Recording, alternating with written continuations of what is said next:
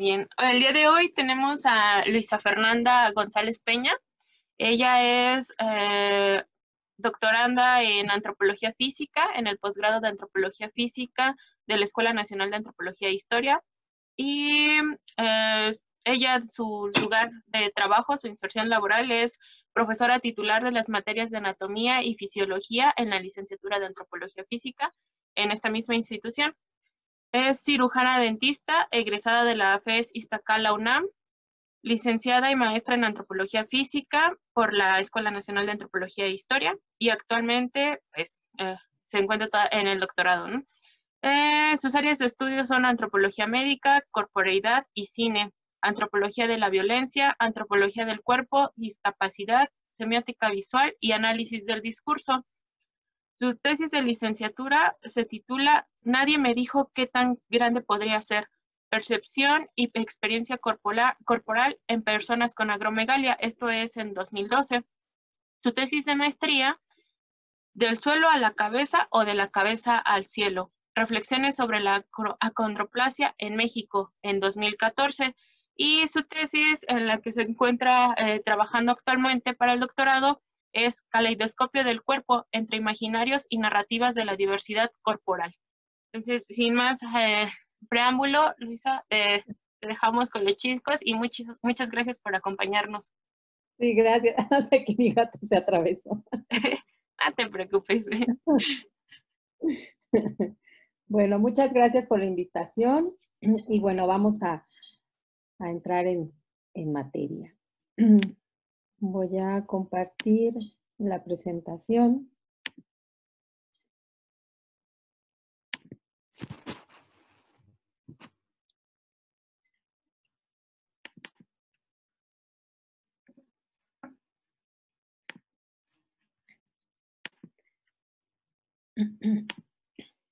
Ahí se ve, ¿verdad?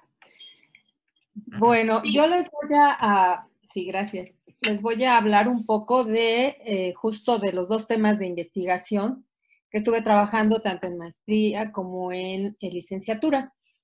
Y bueno, aquí el punto medular es que he trabajado la diversidad corporal. Entonces, a esta presentación así le puse, ¿no? De dioses, magia y cotidianidad, porque al final la diversidad corporal ha sido asociada con dioses, ¿no? Con magia, y al final, pues vamos a ver que también, pues, estos dioses y esta magia existen en la realidad, ¿no?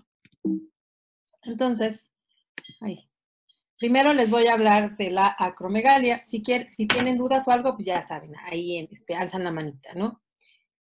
Empezaré con la acromegalia y, bueno, les voy a contar una historia. En una tarde de 1926, cuando Jack Early decidió visitar el circo de los Ringling Brothers, que se presentaba en su localidad, en El Paso, Texas, para ver las atracciones publicitarias, ¿no? James Grover Tarver, el hombre más alto del mundo, también originario de ese estado. Y grande sería su sorpresa de que Jack era más grande, más gigante que el gigante del circo, ¿no? Y es que grande también es la palabra para describir a este Jack, ¿no? Porque, bueno, que a pesar de haber nacido del tamaño más pequeño que el promedio, a sus 10 años empezó a crecer de manera desproporcionada, siendo un adolescente descubierto por Hollywood y pues apareció en 48 películas cómicas, ¿no? Un día Early cayó de un camión y perdió el conocimiento y al despertar se dio cuenta que perdía la visión y fue cuando se descubrió que tenía un tumor en la glándula pituitaria. Ahorita vamos a ver dónde está la glándula pituitaria de manera general, ¿no? Él muere a los, no me acuerdo a qué años, pero bueno, el término de la acromegalia terminó acuñado por Pierre Marie en 1886, ¿no? Pero, ¿qué es esta enfermedad? Bueno, entre 30 y 50 años, y esto va a ser generado por la secreción excesiva de la hormona de crecimiento, que es producida en la hipófisis que está aquí en la silla turca del hueso esfenoides del cráneo. Se va a calcular que entre 40 y 50 pacientes tienen acromegalia por cada millón de habitantes, y en México entre 5,000 y 6,000, pero pues las estadísticas no son muy específicas y solamente 1,500 están diagnosticados. Los signos y síntomas son variados y la diferencia entre gigantismo y acromegalia es que el gigantismo se da cuando los huesos aún no terminan de osificarse, o sea, no terminan su crecimiento al que está programado genéticamente. Por lo tanto, el crecimiento es longitudinal, es hacia lo largo, y la acromegalia se da cuando los huesos ya terminaron de crecer, que ya es en la etapa adulta. Por lo tanto, el crecimiento se da hacia lo ancho, ¿no? Entonces, vamos a ver las características muy específicas, ¿no?, de la acromegalia. Y la hormona de crecimiento, pues así de manera general, pues es la que nos va a ayudar, va a promover el crecimiento de los huesos, ¿no?, excepto cerebro y ojos. Y ya cuando nosotros terminamos de crecer, esta hormona ya tiene otras funciones, pero más solo para dar mantenimiento a los demás órganos, ¿no? Por lo tanto, los signos y síntomas, pues, si se dieron cuenta en la fotografía, es que, pues, son manos grandes, abombamiento de arcos superciliares, agrandamiento de labios, la voz se vuelve ronca y más grave, engrosamiento de costillas.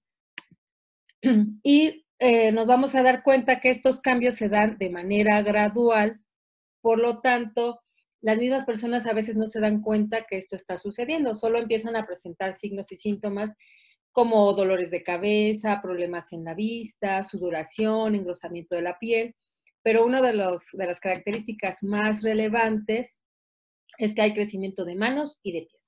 Y entonces, estos cambios se presentan de forma lenta y progresiva, pueden pasar 5 a 10 años a partir de que se desarrolla este adenoma pituitario.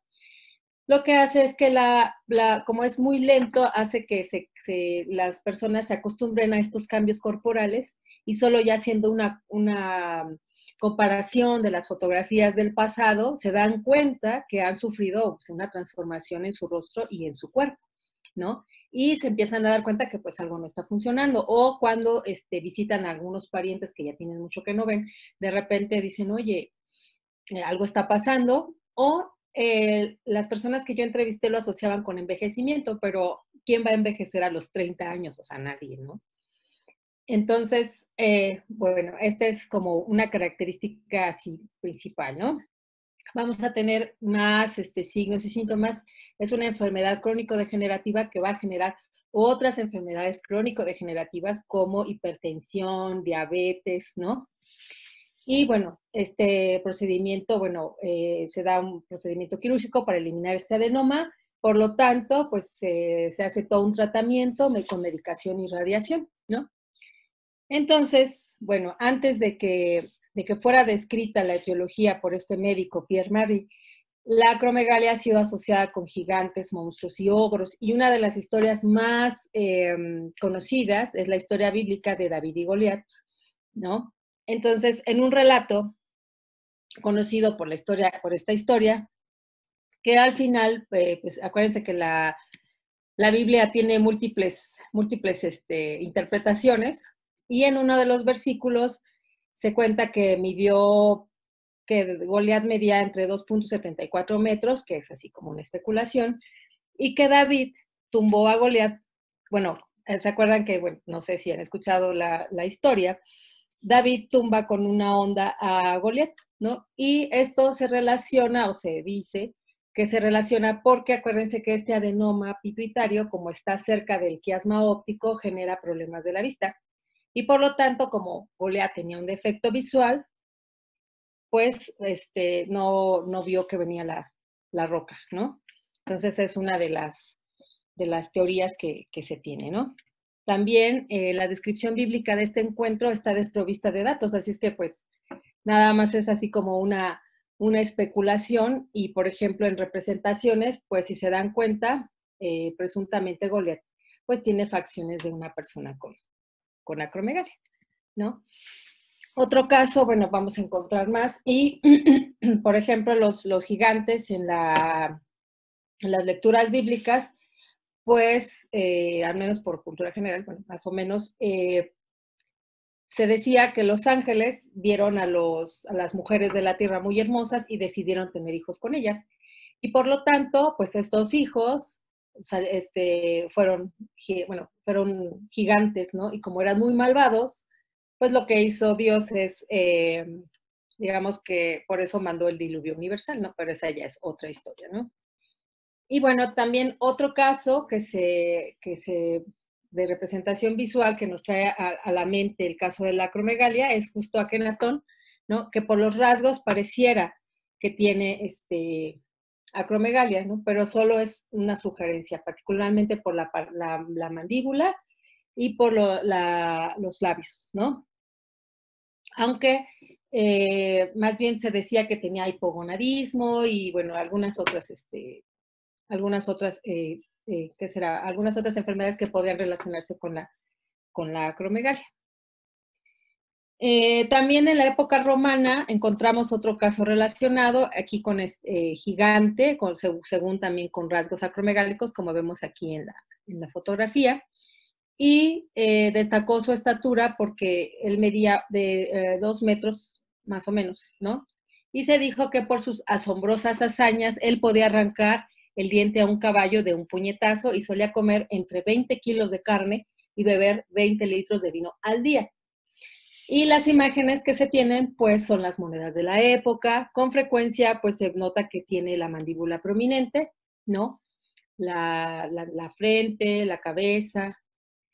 Aunque, pues, ahora ahí hay como un conflicto, ¿no? Porque la acromegalia pareciera que si son personas grandes, pues tienen así súper fuerza, lo cual es falso porque esta enfermedad genera fatiga crónica. Entonces hay como una contradicción ahí, ¿no? Y bueno, también está aquí, ¿cuál es? Ya me acordé. Bueno, a fines de siglo también vamos a encontrar que había un títere, bueno, que eran bueno, más bien es una marioneta británica que se le llama Mr. Punch y es una derivación del pulcinello italiano, del cual el anatomista David Bryson podría ser, bueno, él menciona que bien podría ser una caricatura de una persona con acromegalia, por la nariz ganchuda, la barbilla saliente, la sifosis, que es la joroba, y un protuberante esternón. Acuérdense que en las características de la acromegalia veíamos que se formaba como un pecho de barril por por el engrosamiento de las costillas.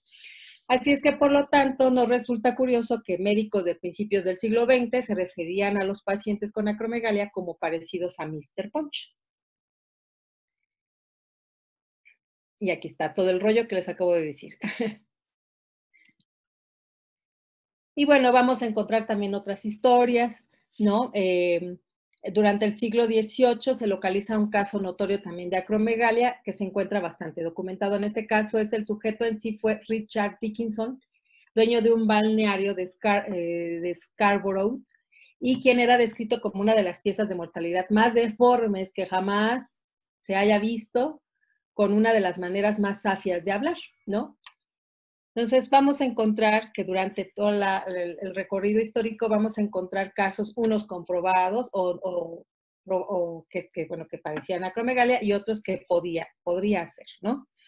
Entonces, Nack, en su artículo sobre acromegalia y Marx, en su autografía como acromegálico, porque hubo un médico hubo un médico que describió la acromegalia y después padeció la acromegalia, y mencionan que Dickinson era un hombre alto y muy deforme y que atrajo la atención de pintores y poetas que realizaron obras basadas en su persona, y aquí lo estamos viendo en esta imagen, lo cual pues le dio en esa época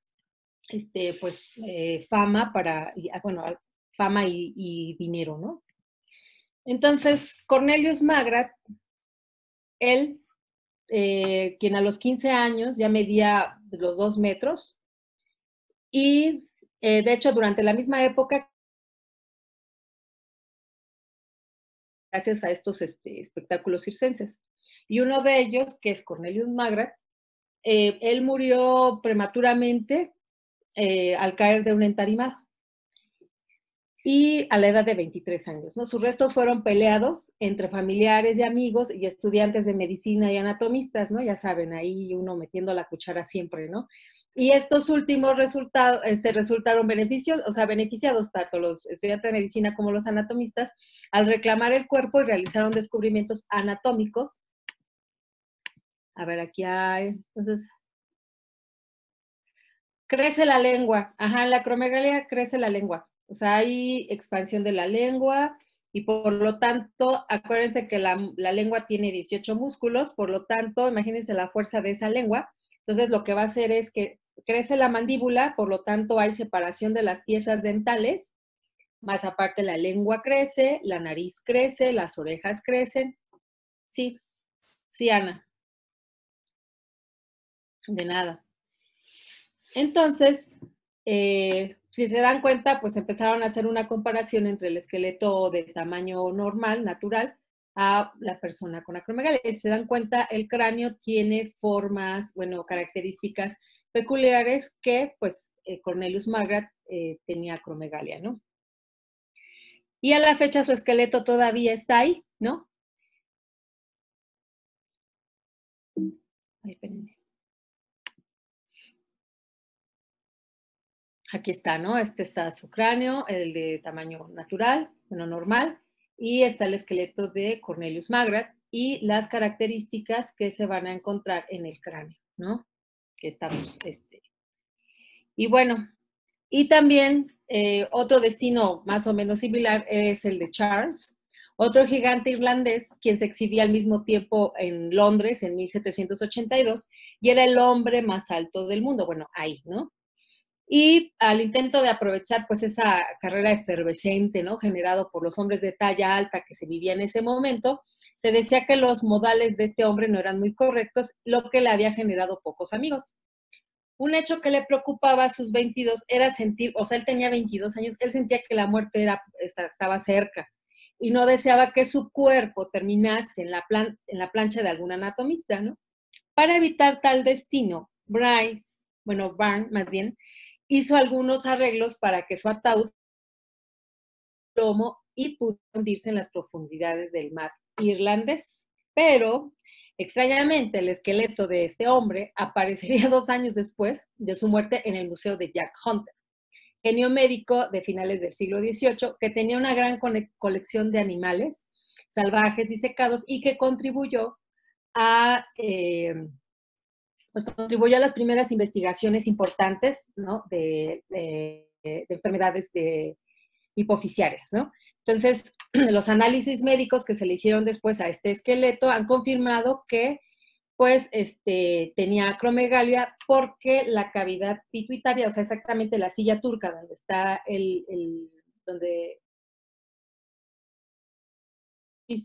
estaba como ensanchada, por lo mismo de que estaba presionada por el adenoma. Entonces, imagínense qué tan avesados somos nosotros los investigadores que vamos hasta el fondo del mar a recuperar estos restos, ¿no? De este hombre, ¿no? Y después está Fermina Rudi, que a sus 15 años cayó enfermo, ¿no? Igual le dolían las articulaciones, la cabeza, meses después de levantarse había crecido casi 10 centímetros y pasaba del 1,90 m de estatura. 3 años después, a sus 18, medía 2,10 y pesaba 120 kilos. Y por lo tanto, pues aprovechando su estatura, viajó por todo el mundo, mostrándose en espectáculos, era voluntario en mesas médicas como las llevadas en Viena.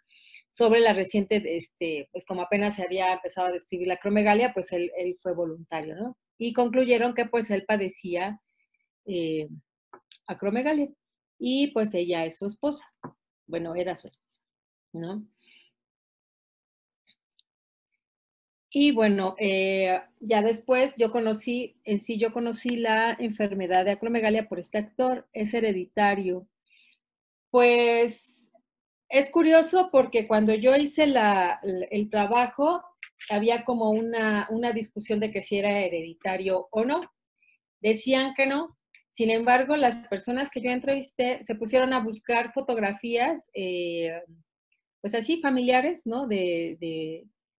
Y empezaron a ver que algunos de sus familiares tal vez habían tenido acromegalia por las facciones que presentaban y que al final, pues ya con la falta de tratamiento, pues no vivían mucho, por lo tanto no, digamos, no se desarrollaba tal cual, pero sí presentaban algunas características. Y hay estudios de que actualmente de que sí es hereditaria, ¿no? Entonces, si me hubieras preguntado hace algunos años, te hubiera dicho no, pero actualmente se está viendo que sí es hereditaria.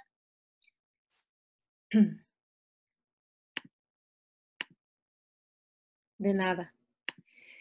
Entonces, pues ya yo conocí el acromegalia con este actor que es Rondo Hatton, que fue considerado el actor más horrible del cine. Y ya entrado el siglo XX, pues con la desaparición gradual de los circos, acuérdense que vamos así pasando por los años, van desapareciendo los circos con el surgimiento de otros medios masivos como el cine. Muchos pacientes con acromegalia encontraron notoriedad más inmediata y por lo tanto encontramos pues una lista larga de personajes con acromegalia en el medio cinematográfico. En este caso, pues es Rondo Hatton, que vivió de 1894 a 1946, y de hecho hay unos premios que son para películas de terror que se llama Premios Rondo Hatton, ¿no?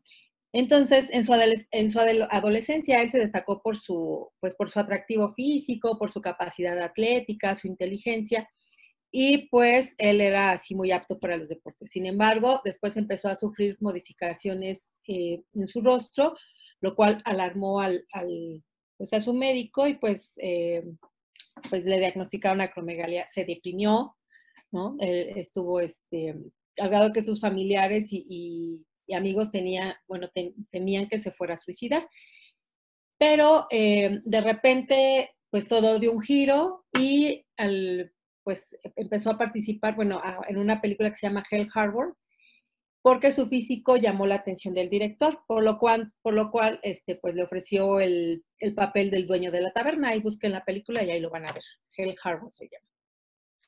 Y durante la filmación, Hatton se sorprendió por ser alabado por su apariencia, ¿no? Dándose cuenta que pues podía explotar estos rasgos deformes en las películas de Hollywood, ¿no? Y pues realizó 3 películas, una que se llama The Spider-Woman Strike Back, House of Horrors y The Bruteman, que es el cómic que están viendo aquí, esta imagen.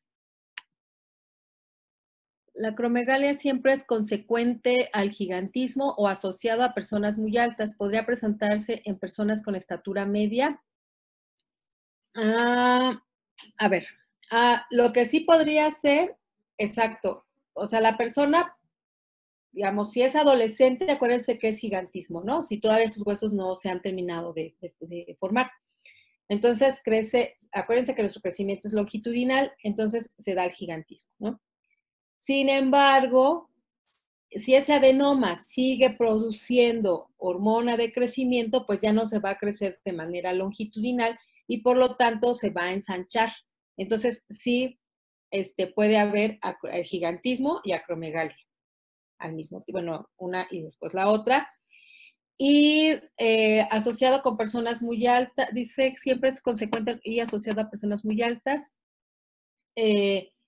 Bueno, es que depende, por ejemplo, acuérdense que nosotros tenemos una estatura hereditaria, que nos heredan nuestros familiares, y por lo tanto, si hay un crecimiento acelerado fuera de lo normal, sí hay que poner atención porque algo está sucediendo en la pituitaria que está generando que la hormona de crecimiento se empiece a descontrolar.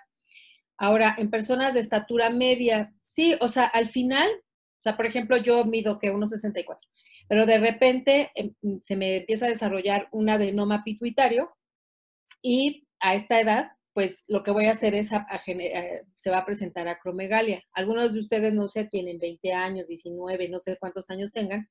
Entonces, se puede presentar el gigantismo porque van creciendo a lo largo, longitudinal, se retira su adenoma y ya hasta ahí queda, ¿no? Sin embargo, a veces esos adenomas vuelven a formarse y por lo tanto vuelven a generar descontrol de esta hormona.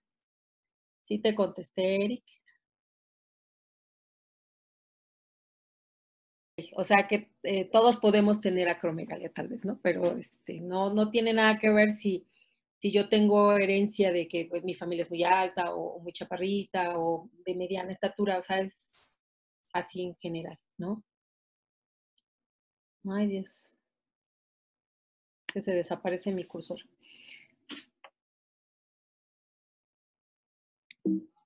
Y bueno, muere de un mal cardíaco. Sin embargo, pues les decía que se volvió ahí una figura icónica del cine de terror. Y pues ahí están esos premios que les decía, ¿no? Y bueno, también Marianne Vivan fue una mujer, ella era enfermera, perdió a su esposo en la guerra y ella tenía 4 hijos. Entonces, la única forma en que ella pensó que los podía mantener fue entrar a un concurso que era denominado La Mujer Más Fea del Mundo y lo ganó, ¿no? Y esta tarjeta que vemos aquí es de Hallmark, que justo hace como referencia, no me acuerdo ahí cómo era la felicitación, pero hablaba de la mujer más fea del mundo, lo cual se pidió que fuera retirada, ¿no? Porque no lo estaba haciendo de manera respetuosa. Y bueno, tenemos a otros personajes en el cine, ¿no? Richard Kiel, Karel Stuyken, que bueno, él todavía vive, creo, sí. Y Maurice Tillet, él era un luchador francés que se le llamaba el ángel francés, ¿no? Y él tenía acromegalia. Él cuando murió se dice que pidió que se le realizaran 3 máscaras mortuorias y en una de esas, bueno, se pidió que, más bien se cree, que DreamWorks se basó para hacer la cara de Shrek, ¿no? Y si se dan cuenta, sí se parece mucho, ¿no? Y aquí está. Y él tiene así los rasgos súper marcados de la acromegalia, ¿no? También está André el Gigante, ¿no? El gigante bondadoso, que pues también era luchador. Y por ejemplo, aquí lo que les vuelvo a decir, se repetía que, bueno, al final, al ser muy gigante, o sea, a tener una, una estructura ósea muy robusta, se pensaba que tenían así mega fuerza. Sin embargo, no, esta enfermedad genera fatiga crónica, ¿no? Y acuérdense que pues la lucha libre pues es más de maña que fuerza, ¿no? Aunque a veces se les pasa la mano un poco. También está el luchador, el Gran Cali, que es un luchador hindú de la India. Y Julio Cortázar, Gustavo Aguilar Tejeda, que es del cine mexicano, tanto Miguel Ángel Fuentes. Gustavo Aguilar Tejeda era el Manotas, que se conocía en el cine mexicano, ahorita él ya no vive. Y también aquí nosotros en Tampico tenemos a alguien que se llama, bueno, teníamos a alguien que se llamaba Pepito el Terrestre, que era muy conocido en Tampico. De hecho, actualmente el investigador que se dedica a justo a trabajar a investigar la acromegalia, está ahorita está trabajando con sus restos óseos. Y de hecho, ahí si van a Tampico, que ahorita no creo que vayan, pero si van a Tampico, vayan y tómense una foto con Pepito el Terrestre. De hecho, hasta ya está todo desgastado, que es donde la gente lo toca para tomarse la foto, ¿no? Y pues vamos a encontrar también esta imagen la tomé del libro de Desenterrando Huesos y ahí si quieren consultar la fuente, pues ahí está. Y aquí pues es un cráneo es el cráneo de una mujer que se supone que era una antigua egipcia y que tiene un considerable alargamiento que puede estar relacionado con la acromegalia. También pequeñas esculturas en piedra negra. Ahí ustedes, los arqueólogos, son los expertos en esta parte de las esculturas. Y también por las características, podría tratarse también de una persona con acromegalia. Si se dan cuenta, bueno, ya ustedes lo van a ver durante sus clases, que van a encontrar diferentes representaciones en figurillas de diferentes condiciones, ¿no? Hay algunas que pareciera que son de niños con síndrome de Down, personas de baja estatura, o sea, ahorita lo vamos a ver, ¿no? Y esta es la parte en la que yo, bueno, termino con la parte de acromegalia. Si tienen alguna pregunta o algo, si no, continúo.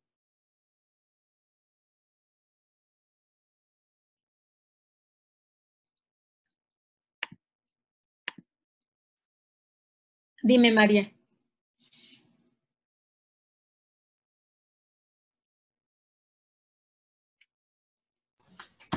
¿Podría decirse entonces que los Kinametsin, que era una raza de gigantes, tenían acromegalia? Porque se especula mucho de eso. ¿Cuáles son? ¿Me dices? Los Kinametsin. Ah, mira, eso yo no lo sabía. ¿Y ellos de dónde eran? Son de la mitología de Mesoamérica. Ajá. Me parece que de los mexicas, y se supone que ellos fueron los que habían construido las pirámides o algo así.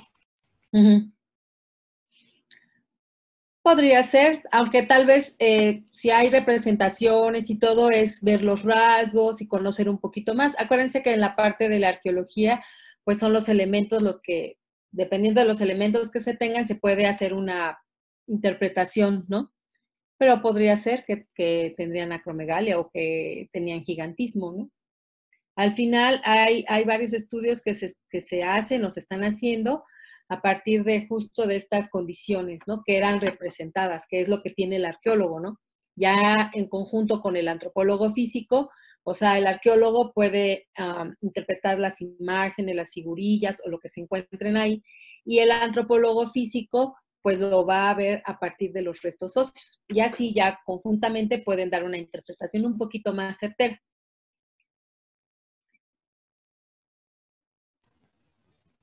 Ok, muchas gracias.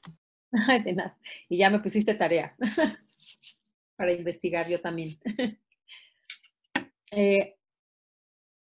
Sí, ¿hay alguna manera de detenerla al ser detectada? Sí, pues justo es retirar el adenoma pituitario con esta cirugía transestenoidal, que es a través de la nariz o de la boca. Se elimina el adenoma y aún así pues queda ese descontrol hormonal. Entonces lo que se da es radiación y también aparte se medica y ya con eso se controla, ¿no? Lo que sí es que algunos de las personas que entrevisté me decía, bueno, y ya una vez que me quitan el adenoma, mis huesos se vuelven a encoger a como estaban. No. O sea, ya el crecimiento óseo que se generó con esta secreción excesiva de hormona, ya se queda así. Algunas personas lo que hacen es, por ejemplo, más las chicas, lo que hacen es alguna cirugía plástica de nariz para justo eliminar un poquito ese crecimiento de la nariz o de las orejas. Pero esa es la forma de tenerla, controlarla, con la operación, la radiación y el medicamento. Y hay que estarse revisando todo el tiempo porque pues esa ella es crónica. Entonces hay que estar revisando que la hormona de crecimiento no se vuelva a activar. Porque otra, hay que volver a operar o solo con la pura radiación y el medicamento se pueden controlar. Pero sí reaparece el adenoma hasta 3 veces o más.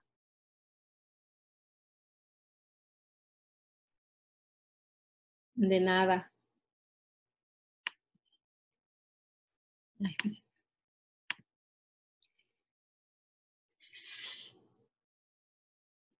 En hombres, curiosamente, yo lo que observé, porque como yo trabajé en una asociación, entonces la mayoría de las mujeres, o sea, la mayoría de las personas que asistían eran mujeres.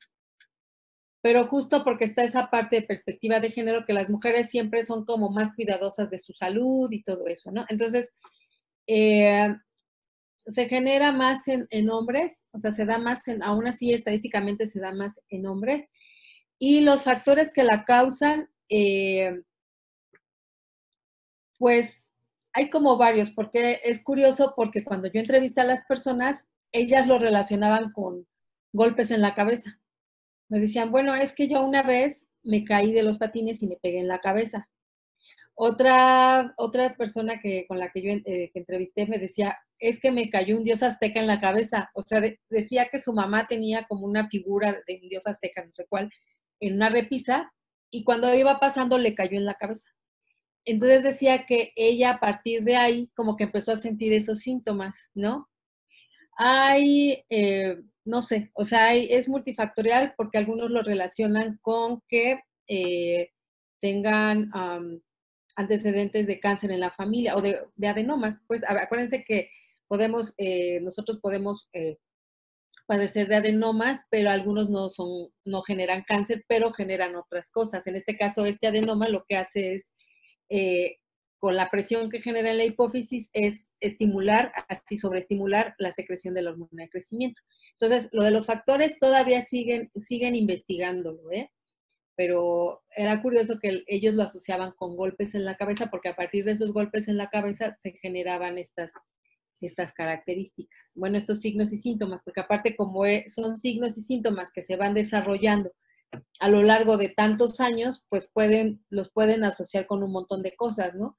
Puede, problemas de la vista, galactorrea, que es secreción de leche materna a pesar de que no se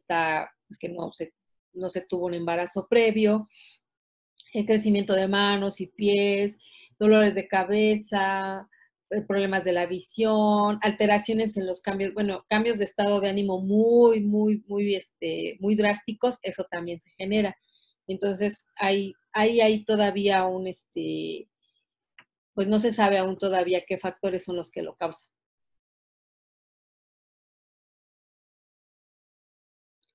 Nada más. De nada, María. Bueno, pues entonces continuamos.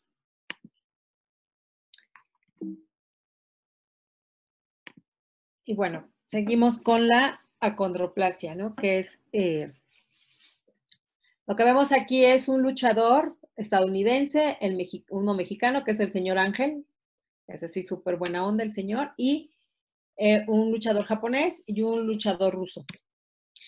Y bueno, así de manera general, ¿qué es la acondroplasia? Nosotros, a lo largo, nosotros conocemos el típico enano, ¿no? Que vemos casi en la mayoría de las películas, en los circos, pero hay otras más de 250 displasias óseas que van a generar talla baja. O sea, vamos a encontrar diferentes síndromes, enfermedades, condiciones que van a generar, pues sí, talla baja. En este caso, la acondroplasia es la que yo trabajé, que es un trastorno en el crecimiento óseo. No sé ahí, no sé si ustedes llevan osteología o cosas así, pero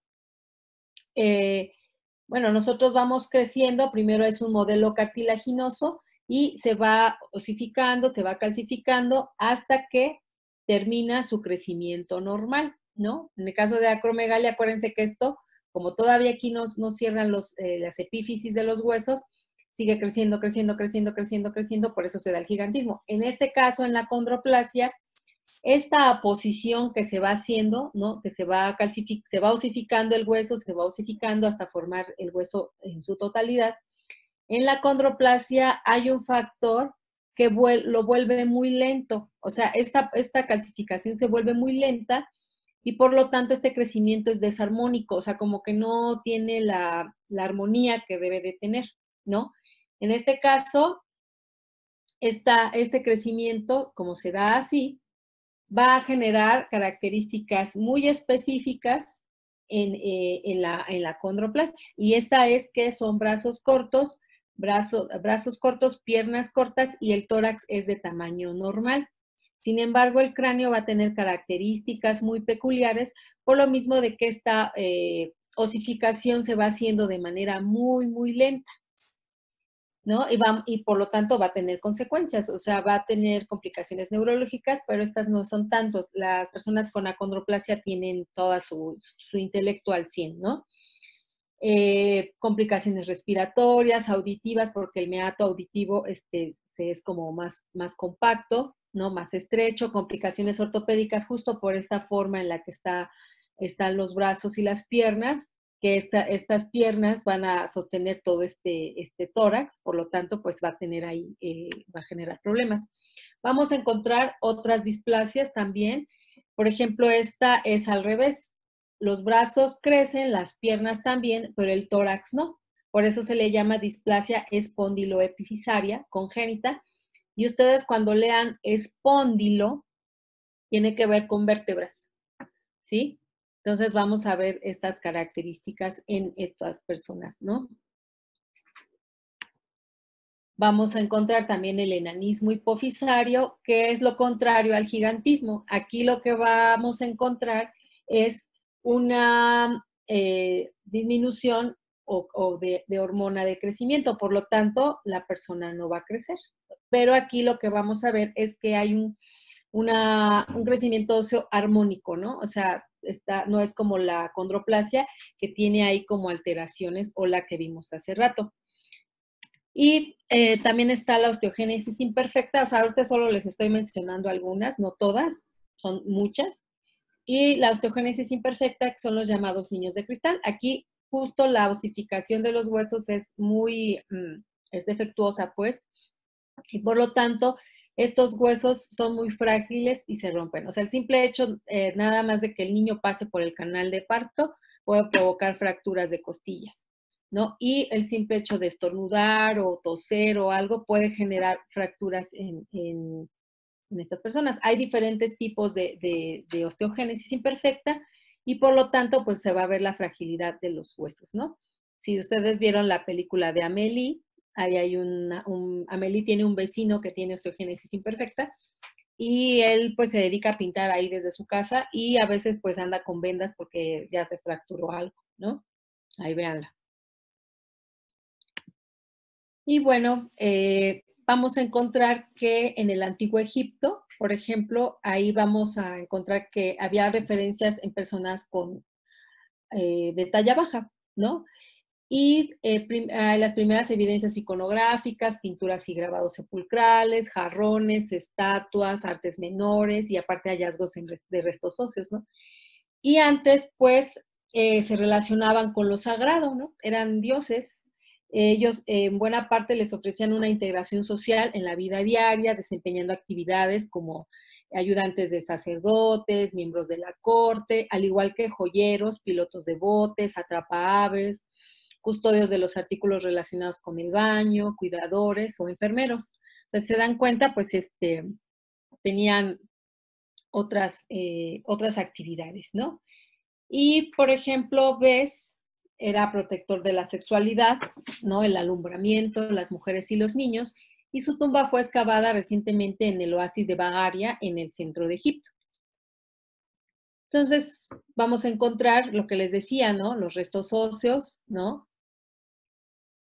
Que no parece mucho de condroplasia, pero bueno, en una tumba, en este caso aquí fue encontrado un esqueleto del sexo masculino que presentaba cambios en los huesos largos, pero en este caso no es acondroplasia, o sí. Lo que en un principio primero lo asociaron con el raquitismo, pero ya después se dieron cuenta que eran tibias muy cortas, fíbulas arqueadas. Acuérdense que tienen cierta característica las piernas de las personas con acondroplasia, y por lo tanto ya entre los científicos y los egiptólogos lo atribuyeron a la acondroplasia. O sea, si se dan cuenta, el antropólogo físico y el arqueólogo trabajan en conjunto para cada uno desde su especialidad poder interpretar estos hallazgos, ¿no?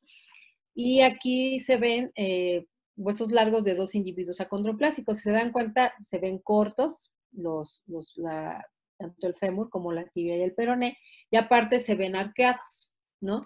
Y así van a encontrar en sus libros algunos hallazgos. Y de hecho, la condroplasia ha sido trabajada por arqueólogos. Apenas ahí, ya si quieren después les mando con su maestro. Hay una tesis de un arqueólogo de hace un año que trabajó justo las representaciones de las personas, de los enanos, ¿no? Creo que era en la cultura maya, ¿no? Entonces, y también ahí hay una investigadora que también ha trabajado la plástica maya y habla de los enanos, ¿no? Y aquí vemos en el arte moche algunos instrumentos de viento que pues son personajes con acondroplasia. Si se dan cuenta, tienen los bracitos cortos, la nariz achatada y la forma del cráneo, ¿no? Y otras estatuillas también, ¿no? Que también nos podrían representar un individuo acondroplásico, ¿no? Las piernas cortas, los brazos cortos y la cara, ¿no? También con las características que representa, ¿no? la acondroplasia. Y está la escena de los guerreros, y aquí también tenemos un personaje de talla baja, y también aquí, pero bueno, yo ahí ya no alcanzo, sí los veo, pero no les puedo hacer todo el análisis de la imagen, ¿no? Pero por aquí andan. Y de hecho creo que eso lo hizo justo este arqueólogo. Ahí si quieren les paso la tesis para que ustedes la revisen y empiecen a ver cómo ustedes pueden empezar a revisar materiales, ¿no? Y aquí son los pupuses con orejas alargadas en forma de ají y un tocado, y aquí se dan cuenta que también tiene todas las características de las personas con acondroplasia. Y aquí un gobernador maya sentado en su trono acompañado por 2 enanas, ¿no? Aquí está. Y justo, pues ahí, o sea, no se podrían confundir con niños porque, o sea, las características son muy específicas, ¿no? Y aquí también Josefina Bautista tiene un artículo en donde también hace un análisis de un esqueleto que encontraron en Jalisco y muestra que las características tienen, el cráneo tiene características con acondroplasia, el frontal abombado, el maxilar protruido y también algunos de los huesos largos, también, que bueno, no puse aquí, pero que están en el artículo, también demuestran que es una persona con acondroplasia. Y aquí hay, bueno, este es griego, y también aquí está una persona con acondroplasia, ¿no? Y este es un florero. Y bueno, también lo vamos a encontrar en el arte, ¿no? Porque, o sea, al final lo que estamos viendo es cómo se han ido representando a lo largo del tiempo las personas. Bueno, yo trabajé con acromegalia, acondroplasia, pero también podemos ver otro tipo de diversidad corporal o discapacidad en el arte, ¿no?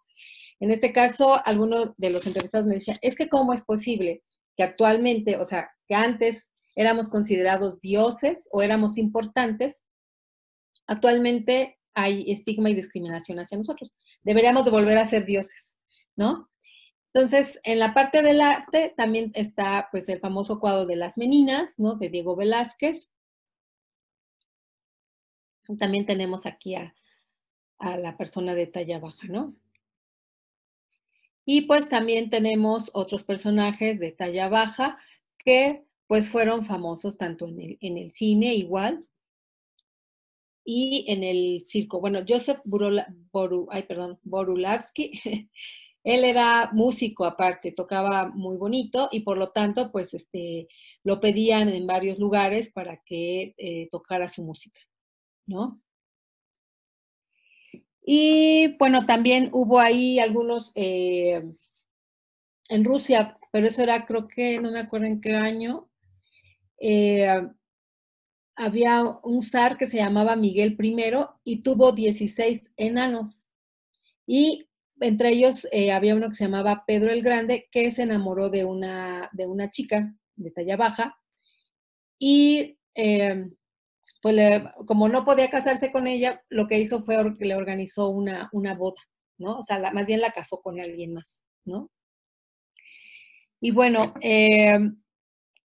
antes de esta época, más bien en la Edad Media, los enanos eran considerados como regalos. O sea, muchos de los los reyes los coleccionaban como si fueran, no sé, estampitas o no sé, ¿no? Entonces los coleccionaban y por lo tanto, pues eran objeto de burla. Entonces, ahí ahí nos damos cuenta cómo ellos al principio eran considerados dioses, ayudantes que tenían contacto con el inframundo, etc., a después a pasar como bufones, ¿no? No sé, a coleccionarlos. Y bueno, vamos a encontrar muchos casos, ¿no? En este caso es el general Tom Thumb, que él, bueno, estuvo también en el circo y fue considerado el hombre más pequeño. Pero igual, pues también se casó ahí mismo en el circo. Y bueno, a pesar de que el fenómeno de los enanos de la corte desapareció con la caída de la monarquía, posteriormente se suscitaron casos de tiranos que continuaron la explotación y abuso de las personas de talla baja. Por ejemplo, el dictador de la República Dominicana, Joaquín Videla, mantenía como mascotas a 2 mujeres enanas. O sea, ahí nos vamos dando cuenta cómo va a ir, pues sí, cómo va cambiando toda esta percepción, que al final pues no hay mucha diferencia al actual, ¿no? Entonces, de la misma manera que el músico que les platiqué, muchos enanos de la corte tuvieron que exhibirse públicamente con la intención de asegurar sus subsistencias a finales del siglo XVIII. Con base en diversos escritos sobre la época, podríamos eventuar que la vida de las personas con acondroplasia resultaba más difícil comparada con quienes tenían otras displasias óseas, como las que vimos hace rato, como los de variedad pituitaria, los que vimos el enanismo pituitario, que era como de tamaño así armónico, ¿no? Bueno, de formación armónica. Pero ¿por qué se dice eso? Porque los enanos con estructura corporal armónica resultaban como más favorecidos en los espectáculos de feria, a diferencia de los acondroplásicos, que provocaban más terror que curiosidad, ¿no? Y en este caso, pues está este ejemplo del general Tom Thumb, ¿no? Que era muy pequeñito, pero su forma era así como miniaturita, ¿no? Pero todo equilibrado, ¿no? Él, por ejemplo, alcanzó solo los 64 centímetros de estatura y fue descubierto igual por este hombre Barnum, el dueño de este circo muy, muy famoso, que saltó, bueno, que gracias a él saltó a la fama, saltaron a la fama muchos personajes del mundo circense en esa época. ¿Dudas hasta aquí? Sí, yo tengo una duda. Sí.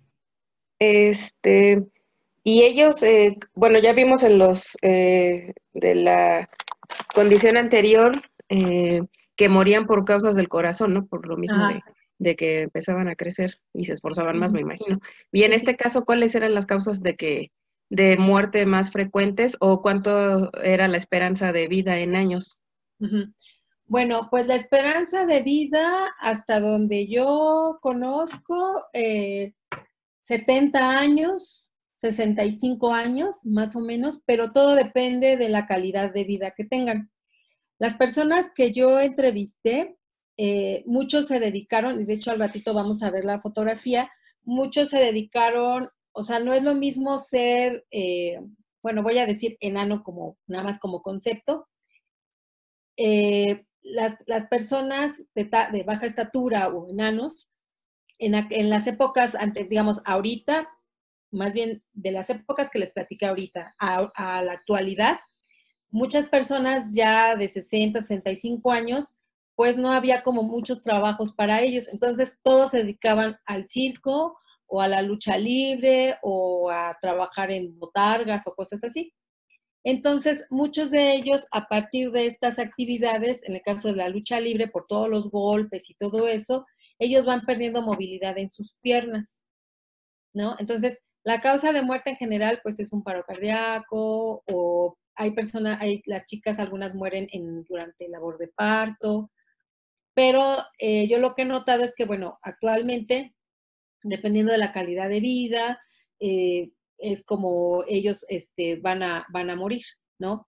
Justo a partir de las actividades que ellos desarrollan, o sea, no es lo mismo, por ejemplo, ya actualmente los chicos algunos van ya a la universidad, justo pues para quitar ese estigma de lucha libre y todo eso, ¿no? Entonces, van perdiendo movilidad, en este caso hay una chica, bueno, una señora más bien, a ella la operaron de la vesícula, pero la dejaron sin caminar, porque a pesar de los avances tecnológicos, los médicos aún no conocen cómo está la estructura de las personas de talla baja. Entonces, cuando van a operarlos de algo, siempre les causan algún efecto secundario y la mayoría de las veces es que los dejan sin caminar, ¿no?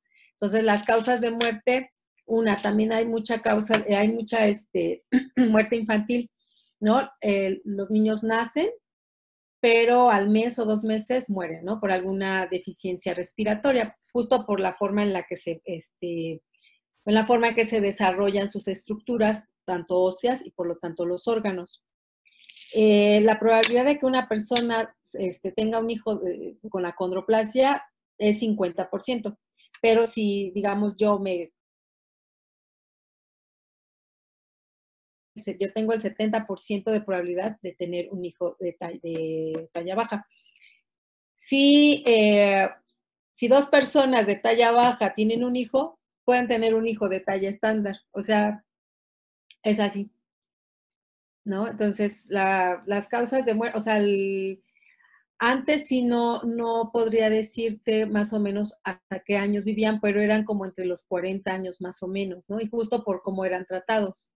Actualmente pues ya es un poquito más, se alarga más pues sí, la esperanza de vida, pero a veces ya ni es vida, ¿no? Entonces, pues ahí varía un poco. No sé si tengas alguna duda o si te contesté. Entonces, sí, pero bueno, me imagino que lo de las dificultades para respirar, si las sobrepasan cuando son niños, ya después de adultos ya no las van a presentar. No. O sea, digamos que cuando nace el niño tiene como algunas dificultades, por ejemplo, del oído, de las piernas, de la respiración. Una vez que se trata eso, ya el niño pues ya puede seguir desarrollándose y ya madurar y todo eso, ¿no? Y conforme va pasando el tiempo, pues van presentando, uno de los problemas que presentan es justo problemas cardíacos porque tienden mucho a subir de peso. Y otro de los problemas que presentan es la parte de la movilidad, o sea, de las piernas, porque la columna va a sostener todo el peso, ¿no? Pues sí, de todo el cuerpo, ¿no? Entonces, eso es lo que se va presentando. Ya en problemas respiratorios, les digo, nada más es en la cuestión de que tienen que cuidar su peso. Pero de ahí en fuera, pues todo bien. Ok, gracias. Nada de nada. ¿Alguna otra pregunta? Continúa.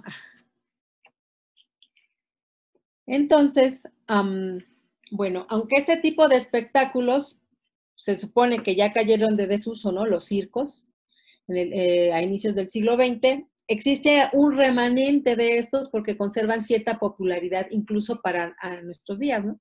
Y esta es la llamada Villa de los Enanos, que surgiendo como un derivado de las compañías exclusivamente formadas por enanos, son lugares recreativos donde se presenta de manera idílica una comunidad de personas de talla baja, viviendo en pequeñas casitas para entretenimiento de la gente de talla estándar, ¿no? Inspirándose en el reino de Lilliput, descrito en los viajes de Gulliver, un parque de diversiones situado en Coney Island, ahí en Estados Unidos, también llamado Dreamland, construyó en 1904 una sección llamada Liliputia, en donde también se tenía una ciudad pequeña, que incluía estación de bomberos, un fuerte, un teatro, y habitaban como 300 enanos, ¿no? Entonces, muchas de estas villas de enanos no eran muy diferentes a los zoológicos, y por ese medio que eventualmente, pues, por ese motivo eventualmente desaparecieron. Sin embargo, pues aquí en China se creó en 2009, ahorita desconozco si todavía existe, un llamado jardín, se llama el Ecojardín Mundial de las Mariposas e Imperio de los Enanos. Y en donde era un mundo pues elaborado de fantasía, ¿no? Que habitaban 100 enanos gobernados aquí por este emperador que vemos aquí al fondo, aquí de amarillo, ¿no? Y realizan dos funciones diarias de canto y baile, y la mera existencia pues de ahorita, o de que exista esto, pues es un espectáculo humillante y una regresión pues a la época victoriana, ¿no? De la Feria de los Fenómenos. Pero pues las personas de talla baja trabajan ahí y pues es una manera segura de empleo, alejados de una mayor discriminación que les daría un mundo real en la sociedad china, ¿no? Entonces está como entre la espada y la pared, que bueno, es la única forma en la que ellos pueden trabajar, y en cierta forma, pues ahí no son discriminados porque viven entre iguales, ¿no? Y bueno, pues también igual vamos a encontrar también en el cine, ¿no? Personas que trabajaron en el cine. Así vemos que el cine, en cierta manera, se convierte en una extensión de carnavales y ferias, en donde los enanos pituitarios, acuérdense que los pituitarios son los que son con crecimiento equilibrado, eran considerados personas pequeñas, a diferencia de los acondroplásicos, y otra vez volvemos, que seguían lidiando con ese estigma de ser mal vistos por no tener las extremidades proporcionadas.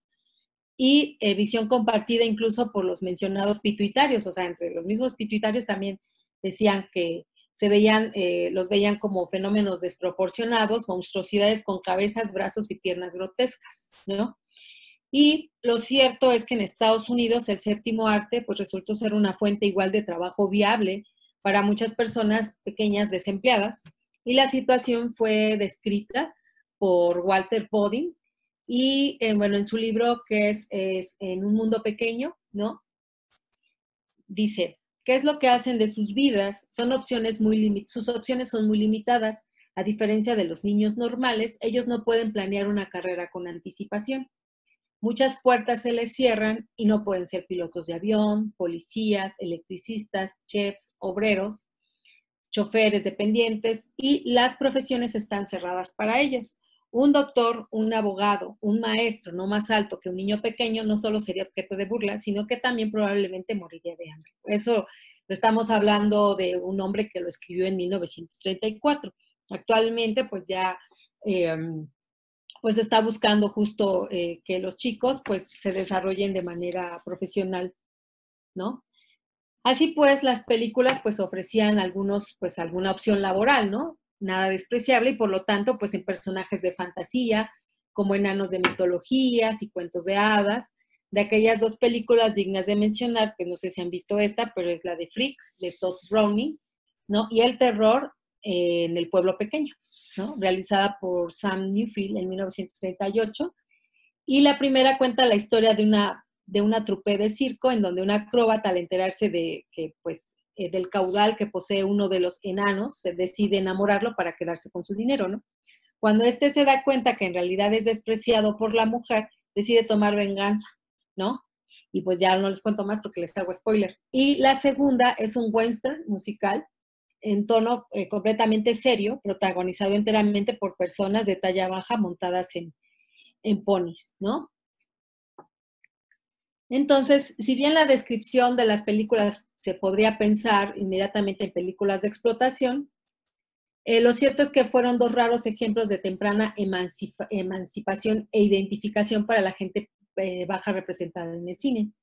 En Fenómenos, pues se muestra que a pesar de su apariencia de ser enano y sus compañeros de circo, guardan un sentido más humanitario en su trato a los demás que las personas normales, algo inusual dentro de las películas de los años 30, en donde por regla general la otredad es considerada siempre una amenaza, ¿no?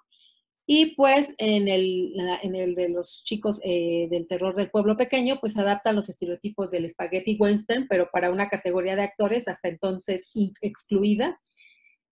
Pero bueno, desgraciadamente la falta de un público espejo impidió que este filme diera origen a una tendencia en el cine. O sea, hubiera sido interesante que se diera como toda una tendencia, ¿no? En estas representaciones. Y después, pues, El Mago de Oz, que resultaría también un filme muy importante, ¿no? Para la representación de la gente pequeña en el séptimo arte. Y son los Munchkins, que se dice que eran como, ay, no me acuerdo si eran 30, no, más de 30, no me acuerdo cuántos eran, pero al final nunca se les dio el reconocimiento a estos actores, ¿no? 30 artistas, eran 30 artistas de talla baja. Y bueno, ¿qué más falta? Bueno, podemos encontrar ya, bueno, será hasta el siglo XXI, en donde el cine empieza a ofrecer en sus historias una imagen diferente ya de las personas de talla baja, ¿no?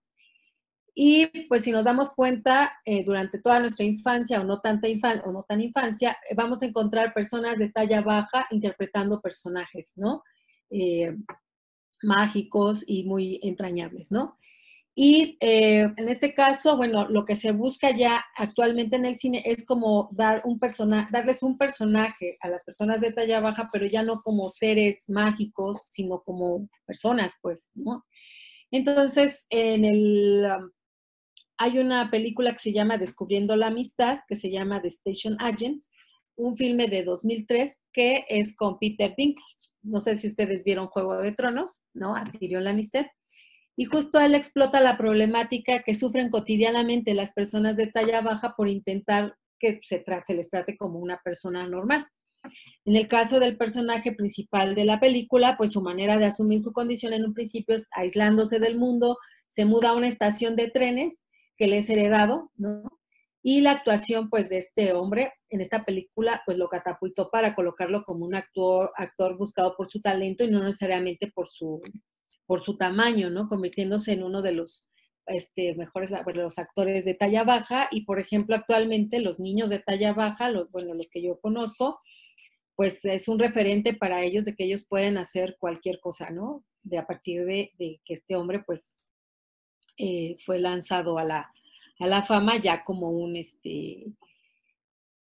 gran actor, ¿no? Y vemos pues otras películas, no sé si vieron Blancanieves, que justo es igual, está acompañado con las personas de talla pequeña, pero ya tienen otro rol, ¿no? Así como también en el de Hobbit, ¿no? Entonces, ¿qué más me falta? Bueno, actualmente también tenemos esta parte de las representaciones en el arte, que antes, pues, estos cuerpos eran, acuérdense que hay una discusión entre la belleza y la fealdad, que no vamos a tocar ahorita porque nos llevamos otro rato, pero vamos a encontrar que en el arte se está buscando como representar estos cuerpos, ¿no? En este caso, Lisette Arauz hace en su serie fotográfica que se llama Mirando hacia arriba, justo retrata la vida cotidiana de las personas de talla baja, ¿no? Y Bruce Johnson es una persona de talla baja que justo hace una mofa de cómo son representados los cuerpos de baja estatura, o los cuerpos en general de diversidad, bueno, que representan diversidad corporal, cómo son representados en los libros de medicina, y es la forma en la que él se manifiesta. También, bueno, vamos a encontrar otras por ejemplo, esta foto de Diane Arbus, que se llama The Mexican Dwarf. Él se llama, se me fue su nombre, en 1970, el retrato de una amiga de Saudek, que es una pintura, y una representación de Joel Peter Witkin del cuadro de Daphne y Apolo, pero en este caso es una chica de talla baja. Y vamos a encontrar así un montón de ejemplos, ¿no? Cha-Cha se llama, bueno, así se hace llamar el chico de talla baja. Y también está la parte de, bueno, aquí en México, ¿no? Aluche, el Duende Maya, que todos conocimos ahí acompañando a Tinieblas, y él es Gran Nicolai, es una de las personas que yo entrevisté. Y hay algo muy curioso, en la lucha libre, aquí en México, primero surgieron los luchadores de talla baja en Estados Unidos, y después en México tuvo sus propios luchadores de talla baja. Aquí la cuestión es que después de un tiempo, o sea, a ellos se les pagaba como, ellos tenían sus nombres de personajes, o sea, únicos ellos, ¿no? Y después decidieron que se convirtieran en mini versiones de luchadores, como, no sé si se acuerdan de Octagoncito, La Parquita y todo eso. Sin embargo, eso bajó su sueldo, ¿no? Cuando al final me decían, bueno, pues es que también comemos, ¿no? O sea, pero bueno, esa es la forma en la que les quitaron como protagonismo a las personas de talla baja en la lucha libre. Y de hecho, hasta Santo y Blue Demon decían, nosotros luchamos antes que los chaparros, así decían, ¿no? Dice, nosotros queremos luchar antes que los chaparros, porque si ellos luchan primero que nosotros, la gente se va. Y eso que eran Santo y Blue Demon, ¿no? Entonces aquí está Gigantesca Estelar con la esperada reaparición de los enanitos, ¿no? Dice Filia Estrella y Arturito, Gran Nicolai y Pequeño Goliat, ¿no? Entonces, ellos tenían que aquí que dice, siempre rinden un espectáculo digno de ser paladeado estos dinámicos luchadores enanitos, ¿no? Y bueno, ellos son Gaby da Silva, Gran Nicolai, Pequeño Goliat, Filia Estrella. A ellos dos los entrevisté, él ya no está, pero todavía Pequeño Goliat está ahí, ¿no? Que después Pequeño Goliat resultó ser Chucky, y Qué Monito es el que, bueno, es que ya ha habido dos aluches. Bueno, él es el Señor Jesús, que después, bueno, ya tuvo problemas con Tinieblas y se convirtió en Qué Monito. Y bueno, al final, este es como un recorrido así muy, muy general de todo lo que estuve yo trabajando en esta parte de la diversidad corporal. Y bueno, al final solo tengo 2 testimonios, ya casi termino, me faltan como 4 diapositivas, creo. Y, por ejemplo, las personas con acromegalia pues sufren transformaciones corporales, y aparte tienen toda una carrera del enfermo muy larga. Es una enfermedad crónico-degenerativa que les va generando varias cosas conforme van pasando los años, ¿no? y una de ellas, pues la más fuerte, digamos que es la transformación corporal, ¿no? Entonces, todo esto ha hecho que yo me ponga una coraza para que no me dañen. A veces, aunque me gana la depresión y me siento mal, me desespero y lloro, no termino de aceptarme porque me duele que me lastimen al verme. Las personas me ven curiosidad y los niños con sonrisas maliciosas. Yo siento que a veces mi familia se avergüenza de mí, de verme así deforme, gorda, cuando ellos están de repente me dicen que no es cierto, pero yo siento que sí, ¿no? Entonces, gracias a Dios encontré un trabajo donde puedo estar, porque ¿a dónde me voy a ir a trabajar con este físico? Lo que se abordó en este trabajo fue la percepción corporal y justo cómo se va cómo se van desarrollando en su vida cotidiana y cómo esta enfermedad va afectando diferentes espacios, ¿no? Y en el testimonio de acondroplasia, pues dice, ¿no? Ven a un chaparrito o un síndrome de Down y, uy, muchos creen que son monstruos, muchos creen que son contagiosos, no los toquen. Pero son las mentes y muchos niños están acostumbrados a, ándale, enano, ven, enano. Y cuando ven a uno, pues se desconciertan y les damos miedo, pues, pues, pero es más bien por todo lo que les dicen. A la gente pequeña la relacionan con duendes, con los brujos, con los fetiches de brujería, muñecos vudú, pues por lo chiquito, ¿no? Que pasan con Maussan y todos esos, el programa del 13 extra normal, ¿no? Que dicen, ay, vi gente chiquita, ¿no? Entonces también en esta parte de la condroplasia lo que trabajé fue la discapacidad y justo esta parte de cómo se le llama a las personas de talla baja, ¿no? Si son enanos, chaparros, gente chiquita, talla baja, etc., ¿no? Entonces, se abordaron como diferentes temas, pero al final confluyen en esta parte de pues, los temas principales son la discriminación, el estigma, la discapacidad y también la inclusión al final de todo, ¿no? Y bueno, esto es todo. Entonces, estoy para sus preguntas y sus dudas, comentarios.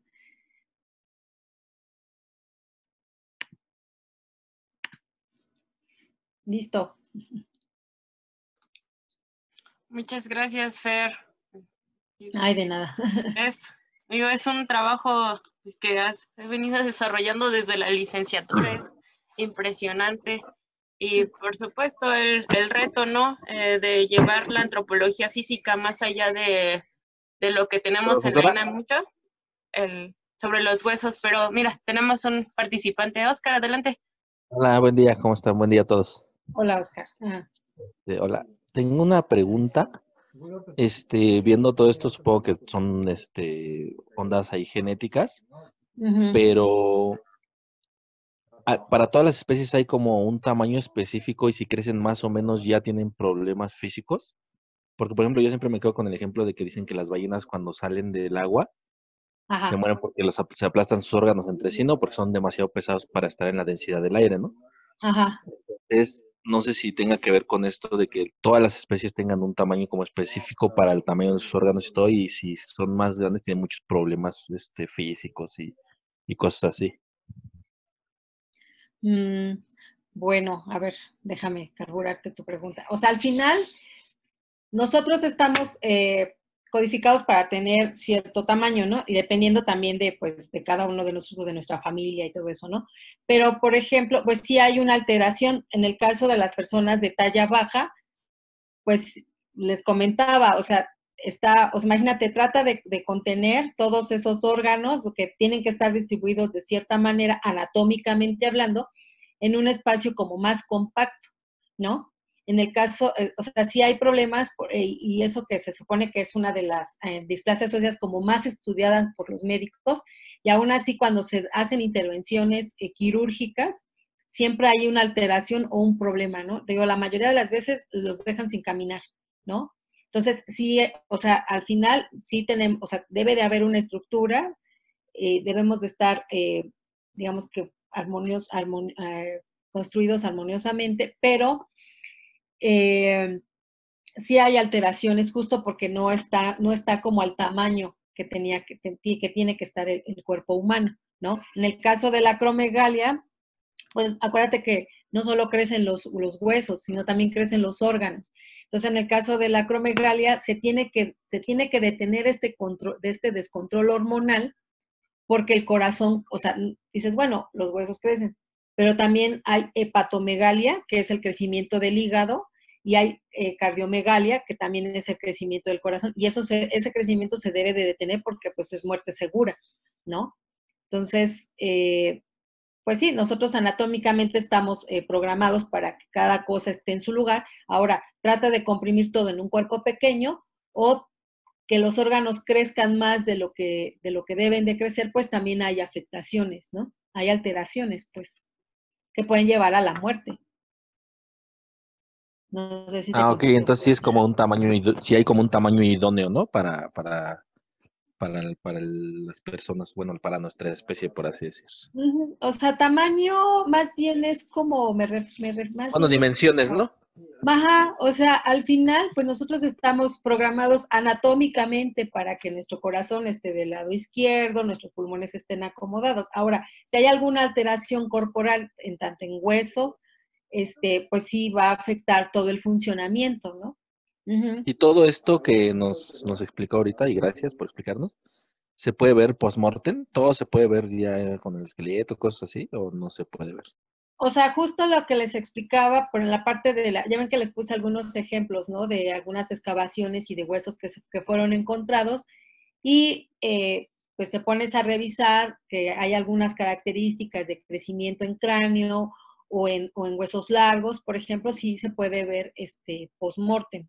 También en la parte de la condroplasia, pues las características óseas son muy peculiares, sin embargo, pues se tiene que descartar otro tipo de padecimientos o síndromes o condiciones para llegar al diagnóstico, por ejemplo, de acondroplasia, ¿no? Pero sí se puede ver post-mortem.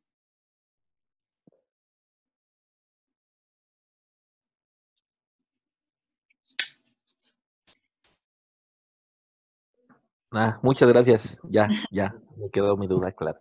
Sí, no hay problema. Tu pregunta. Yo tengo otra pregunta.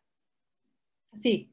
Con respecto a este trabajo que nos menciona de haber entrevistado a personas con estos dos padecimientos, ¿su trabajo nada más consistió en eso o también hizo, por ejemplo, como mediciones o cosas así? ¿O qué metodología es la que se aplica en estos casos para llegar a a una conclusión en su trabajo?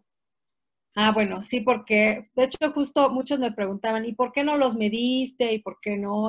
Digo, bueno, sí es parte de la antropología física, pero la antropología física no solo mide, ¿no? En este caso, lo que yo hice fue, bueno, es una investigación cualitativa y lo que yo realicé fue observación participante, que fue en las dos partes, con los dos grupos de estudio, justo fue, yo los contacté a través de fundaciones o asociaciones donde pues, se juntan las personas con acromegalia o con acondroplasia, y ahí lo que hacía era pues asistir, ellos se reunían cada mes, ¿no? Hacían reuniones mensuales y yo pues estaba ahí escuchando las pláticas que les daban los médicos, los tanatólogos, los psicólogos, o sea, yo estaba ahí, ¿no?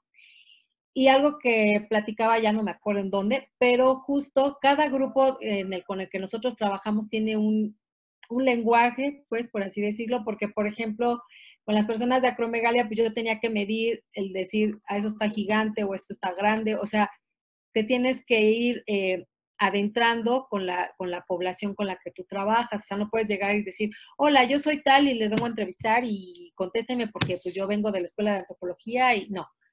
Yo tardé 2 años con las personas de acromegalia hasta que las pude entrevistar.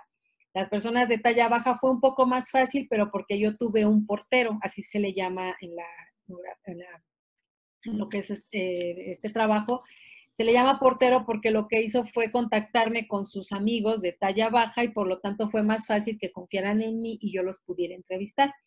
Entonces lo que hice fue observación participante ahí en las asociaciones para conocerlos, saber sus nombres, saber el lenguaje, pues en la parte de la talla baja, pues yo decía, bueno, ¿cómo les digo? Personas chiquitas, enanos, chaparros. Entonces ya yo me fui adentrando y ya me decían, no, somos de talla baja. O tú dime enano, al fin ya eres mi amiga, ¿no? O sea, al final todo eso es trabajo que pareciera que es muy fácil. Yo ya había trabajado con los de acromegalia y dije, claro, yo voy a saber cómo voy a llegar, porque yo ya hice con acromegalia. No, cuando llegué con las personas de acondroplasia, pues fue otra cosa, ¿no? Me dejaban hablando solas, se volteaban, porque me decían, es que tú no eres talla baja. Me dejaban hablando y ahí se iban, ¿no? Y yo así sufría, ¿no? Pero pues tenía que aguantar, ¿no? Y después de la observación participante, pues también tuve un consentimiento informado, porque bueno, al trabajar con personas hay que tener un consentimiento informado, en donde se les explica de qué se trata la investigación y si quieren participar, ¿no? Hice algunos cuestionarios para, pues, como un sondeo, y de ahí preguntarles si querían participar en una entrevista. Y esas entrevistas, pues, las hice algunos en su casa, otras las hice en algún café, o una creo la hice afuera de una iglesia, ¿no?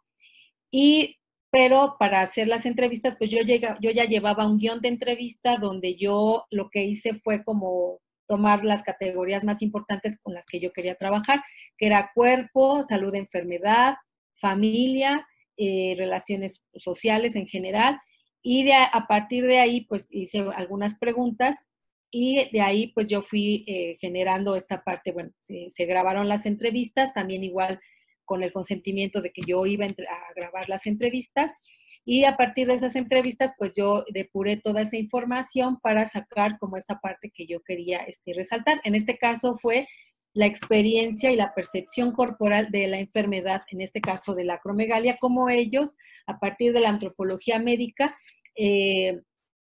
digamos que ellos recibían la atención, ¿no?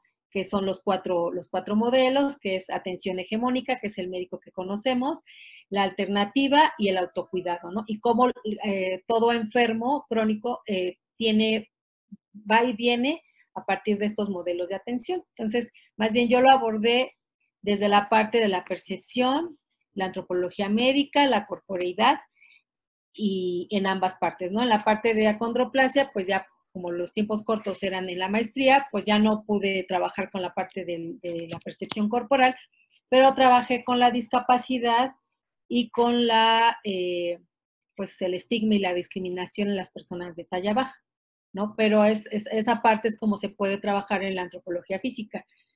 También, digamos, si hubiera trabajado con restos óseos, hubiera trabajado con medición, ¿no? Pero en este caso, pues yo trabajé con la experiencia. Ay, no sé qué más, si tienes más dudas, Arely, o si te contesté. Sí, de hecho, y ahorita que menciona lo de los restos óseos, creo que en una de las diapositivas, el cráneo que nos pasó de personas de talla pequeña era aquí en México. Sí, sí, sí, sí.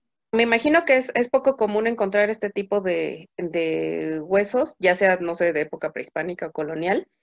Y Ajá. por lo que bueno, yo al menos lo que sé de este tipo de personas es en lo que mencionan las crónicas de los conquistadores, que Moctezuma tenía pues una habitación o sí algún espacio donde tenía enanos, ¿no? Pero Sí. en sí, por hallazgos de restos óseos podemos saber, o el arqueólogo y el antropólogo físico pueden saber qué papel jugaban aparte de ese en la sociedad prehispánica. O sea, a lo mejor en un contexto específico de enterramiento o algo así, con ofrendas, o si no tenían nada, o en qué espacios, ¿no? Se les enterraba o se desarrollaban en vida. Sí, claro. O sea, a partir de todos esos elementos se puede, o sea, el antropólogo físico y el arqueólogo pueden saber de qué se trataba, ¿no? Aparte, bueno, con los registros que están ahí, los códices, o no sé, ahí dependiendo de la temporalidad, se puede hacer una conjetura de qué papel estaba jugando la persona de talla baja en ese momento, en ese entierro, ¿no? Pero, por ejemplo, no sé, algún contexto real que hayan encontrado que nos hable de eso. No sé, que sea parte de la ofrenda de algún gobernante, o que esté asociado a una casa habitación con algo, no sé, algo así, ¿no? Ajá. Sí, sí, bueno, esa parte yo casi no la exploré, la parte arqueológica, fue así como muy somera, por eso les mencionaba que hay un trabajo de un arqueólogo que se llama Jonathan Rosas, que justo él hizo como toda esa interpretación, ¿no? Pero no lo hizo a partir de restos óseos, lo hizo a partir de las representaciones visuales, ¿no? Del momento que él trabajó. Sí, de las figurillas que vimos. Ajá. Ajá, exactamente. Ah, ok, gracias. Ajá. Sí, efectivamente, la mayor fuente de información que se tiene para, por ejemplo, el México antiguo, pues son las pinturas y las pinturas murales y los códices, así como la cerámica. El trabajo de Jonathan se enfoca justo para un periodo en específico y para área maya. Entonces hace un análisis iconográfico, la imagen y cuál era el papel de estas personas, pues en la élite maya justamente. También hay algunos trabajos para los mexicas, pero igual tenían otro, aunque también estaban relacionados con la élite, tenían otro papel. Sí era un poco diferente al papel que tenían en área maya. Y en cuestión de contextos arqueológicos, ahorita no recuerdo exactamente, pero sí se han encontrado, son escasos. Según yo, creo que hay uno para época colonial y se encuentra bajo resguardo del laboratorio de posgrado de la ENA, y creo que hay un caso más en la dirección de estudios, no, en la dirección de antropología física del INA. Entonces sí, ahorita no recuerdo el contexto específico, pero no hay mucha documentación al respecto. La mayoría es a partir de las imágenes que hay pues en pintura. Exacto. De hecho, ese que está ahí en el laboratorio de posgrado de antropología, aún así todavía están en veremos si es acondroplásico o no, porque no tiene como todas las características. Por eso no, no lo dije, porque al final se tiene que hacer todo un análisis para saber y revisar muy bien los restos óseos. Así es, sí. Sí. Gracias.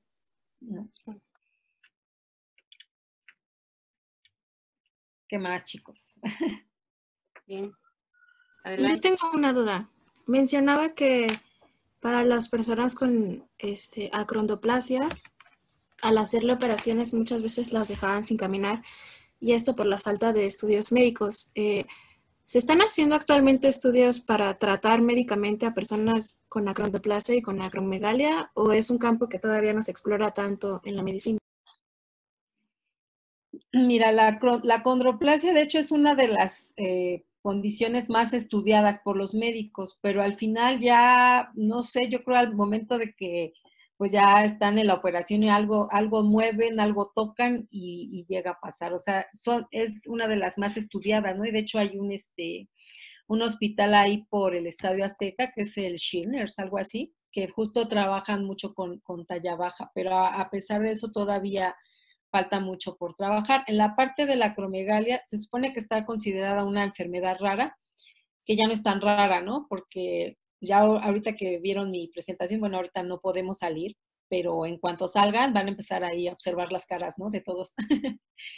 Y digamos que ahí también hay en neurología, en el Hospital de Neurología y en el siglo XXI, pues ya justo pues se hacen estudios, hay protocolos de investigación y todo eso, pero al final pues todavía pues hay mucho que investigar, justo como esta parte de cuál es lo que lo causa, ¿no? Y si es hereditaria, ¿no? Que bueno, esa ya más o menos ya ahí van dándose cuenta de que sí, pero pues al final pues siempre es la medicina siempre está explorando y está conociendo, ¿no? Y al final pues tiene sus errores, ¿no? Y bueno, yo he conocido varios de esos errores.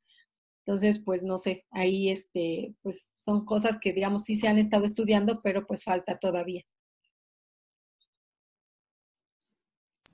Ok, muchas gracias. De nada, María.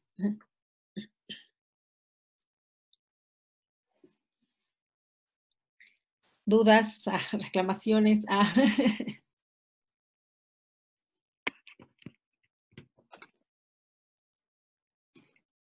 Y pues bueno, perdón. Bueno, no, adelante. No, digo, al final, bueno, sí, está esa parte de la excavación arqueológica que pues a ustedes como arqueólogos pues les interesa, ¿no? Pero a partir de ahora ustedes también pueden, pues querer explorar esas partes, ¿no? Y complementar, pues, los estudios, que al final, pues cada especialista se enfoca en pues en ciertos puntos, ¿no? Al final nosotros quisiéramos abarcar todo, ¿no? Yo los quería medir, yo quería encontrar huesos, yo quería hacer todo, ¿no? Pero al final, pues digamos que nada más se hizo esta parte, ¿no? Entonces ya ustedes, pues ya con esta plática y otras pláticas que pues están teniendo con los invitados que les lleva el profesor, pues ustedes mismos pueden ir generando también esas inquietudes para que pues vayan ampliando, ¿no? Estos campos. Pues muchas gracias, Fernanda. Qué gusto y qué rica plática. Poco a poco les van a surgir las dudas y pues si hay algunas que no les pueda inventar las respuestas, te voy a dar data. Pues exacto, para eso es, a veces van a la escuela a ampliar dudas, ¿no? Bien. Y eso es lo interesante, ¿no? Sí. No sé si tengan la tesis de ahí de Jonathan, si quieres ahí te la paso o se la paso a Alo y ya pues para que la vayan revisando y ustedes mismos vayan viendo como esa parte esa visión desde la arqueología, ¿no? Sí, perfecto. Pues ya no sé, ahí ustedes díganme, ustedes son los maestros. Yo nada más tengo una duda, un comentario, duda. No sé si, por ejemplo, tú que trabajaste con ellos y que convives y, bueno, estás metida en estas relaciones con ellos, ¿no? ¿Qué tanto, bueno, no problemas, sino cómo perciben toda esta intervención de, por ejemplo, de la medicina, ¿no? No sé si las intervenciones, si me lo perdí, si las intervenciones son para querer corregir este tipo de, pues, de desarrollo, porque me quedé pensando, por ejemplo, en los sordos, que pues muchas veces, ¿no? Se les detecta desde casi el nacimiento, desde que son bebés, y lo que primero se plantea el médico es, vamos a corregirlo, ¿no? Podemos hacer una cirugía y el niño, el bebé, pues no va a tener problemas para recuperar la audición, ¿no? Y recuerdo que hace unos años, pues tomé el lenguaje de señas, ¿no? Y la profesora era sorda y nos decía que, pues, que en realidad muchos de los sordos ya no querían que los médicos los vieran de esa forma como un defecto, ¿no? Y ya no querían que sus hijos fueran operados y para que obtuvieran la audición, si no dijeran, no, pues saben qué, no lo necesitamos, o sea, ¿por qué tendremos que nosotros operarnos y no ustedes aprender lenguaje de señas para comunicarse con nosotros, ¿no? Y así ha estado, ¿no? O sea, se les detecta, pero no se les opera porque ya no quieren eso, ¿no? O sea, no quieren ese tipo de intervenciones. No sé cómo sea en estos casos con las personas con las que tú has convivido y trabajado. Mira, acuérdense que, ahí no sé si lo expliqué bien, la acondroplasia es una condición genética, entonces a esa pues se nace, ¿no? Entonces, para las personas con acondroplasia, al final cuando ellos nacen, primero nacen con hidrocefalia. Hidrocefalia es un exceso de líquidos cefalorraquídeo, ¿no? Que hay que drenar, ¿no? Entonces ya, eso se tiene que liberar porque pues sí hay problemas, ¿no? Entonces se hace la incisión, se drena y ya. Se ven los problemas justo de audición, ¿no? Por la estrechez del conducto auditivo, por la forma disarmónica del desarrollo del cráneo. Y más adelante, cuando el niño empieza a caminar, pues se ve esa parte ya ven que son las piernitas como arqueadas, entonces se ponen aparatos ortopédicos para poder enderezar las piernitas. Ya más adelante, como a los 18 años, digamos que esas son como tratamientos que son como generales que hacen todas las mamás con niños con acondroplasia.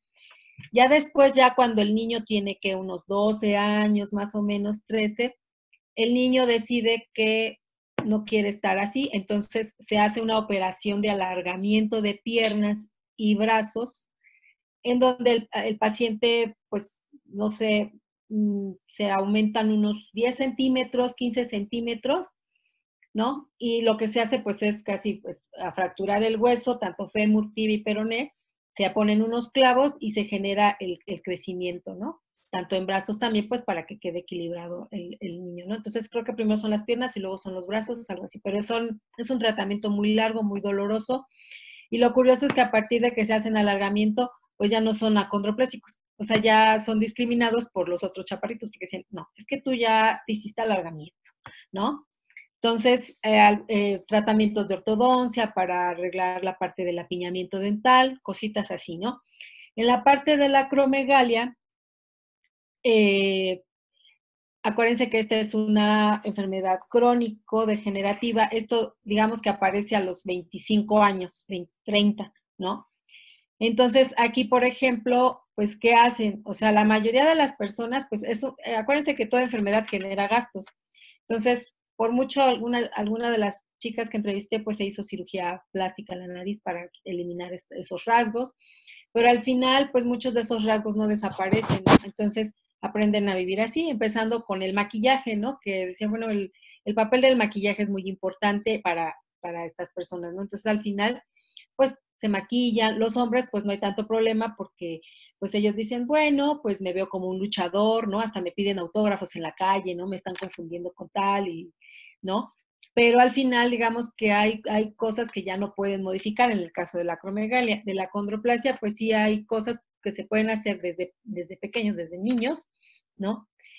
Pero también está esa parte de, bueno, ya te modificaste, ya no eres de nosotros, ¿no? Entonces, y esa parte de los sordos me resulta bastante interesante, ¿no? Porque al final me acordé de un ejemplo que decía que, por ejemplo, la parte de los niños con acondroplasia, los niños, hay todavía personas que esconden a sus hijos en la sierra o en algún, así esconden a sus hijos con acondroplasia. Por lo tanto, el niño nunca sabe que es enano, ¿no?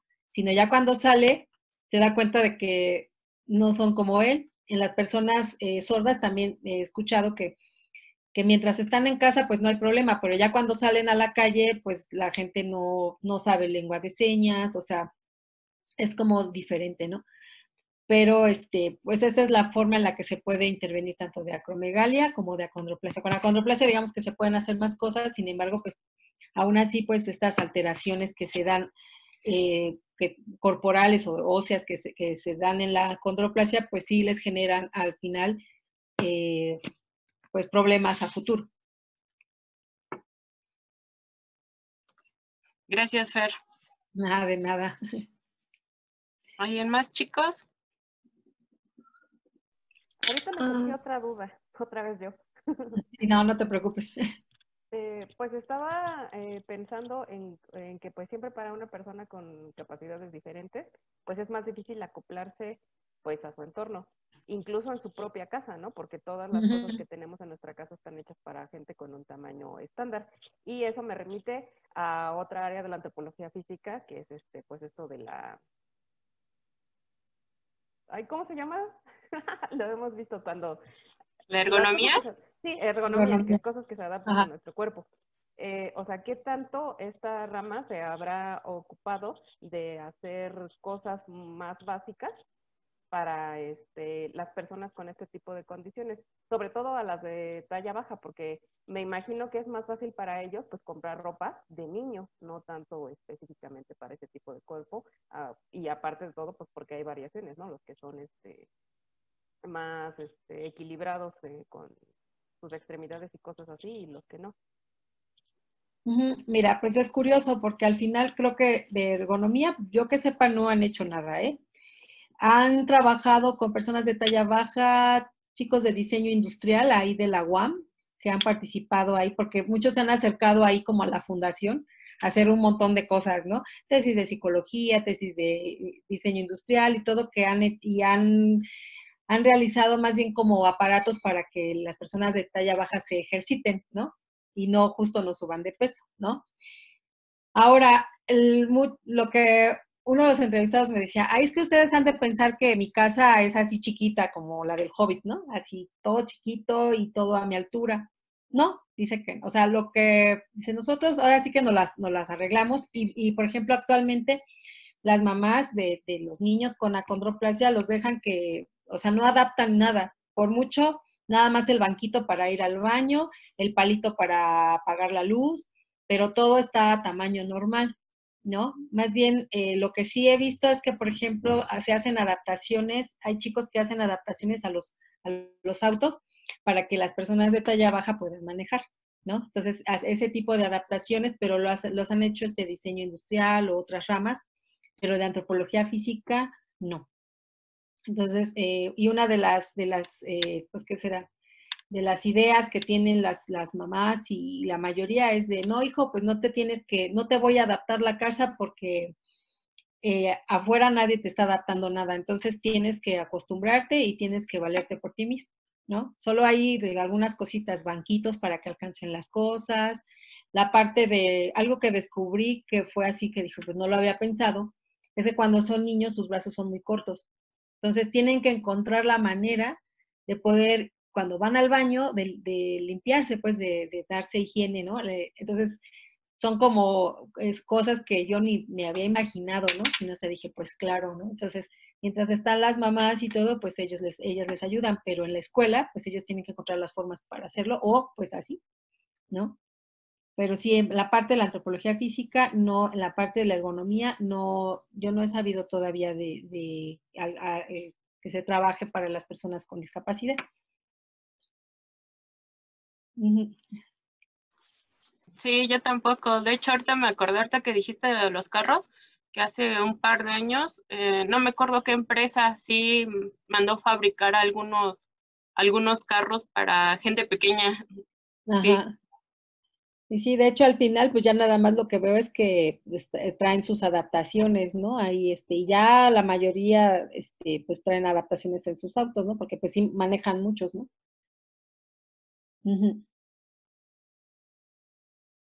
Exacto, pero imaginemos ahora el transporte público, ¿no? Los espacios también públicos, pues hace falta mucha infraestructura, mucha intervención en ese sentido. Exactamente, en las escaleras, los elevadores, o sea, todavía hay, o sea, sí está esa parte, pero pues los diputados hacen todo pues para ganar los votos y empatía y todo eso, pero al final no se está haciendo nada.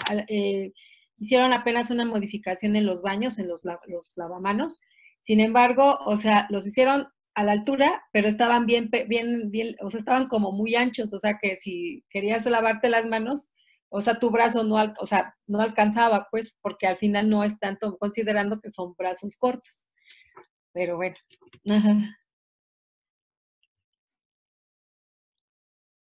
Sí, me recordaste al año pasado que fuimos a Aguascalientes, estábamos caminando por el centro y vimos que había demasiadas, bueno, que sí había casi una o dos rampas por cuadra, ¿no? Por manzana, pero en ninguna seguramente que había una silla de ruedas o había un poste, la altura era muy grande para que alguien subiera, las calles inclinadas y pues tampoco, ¿no? No era muy, pero pues cumplía, ¿no? Con la idea de presentar y de tener vías de acceso para personas con sillas de rueda, pero quién sabe si en algún momento pudieran utilizarlas por el mal planteamiento de estas, ¿no?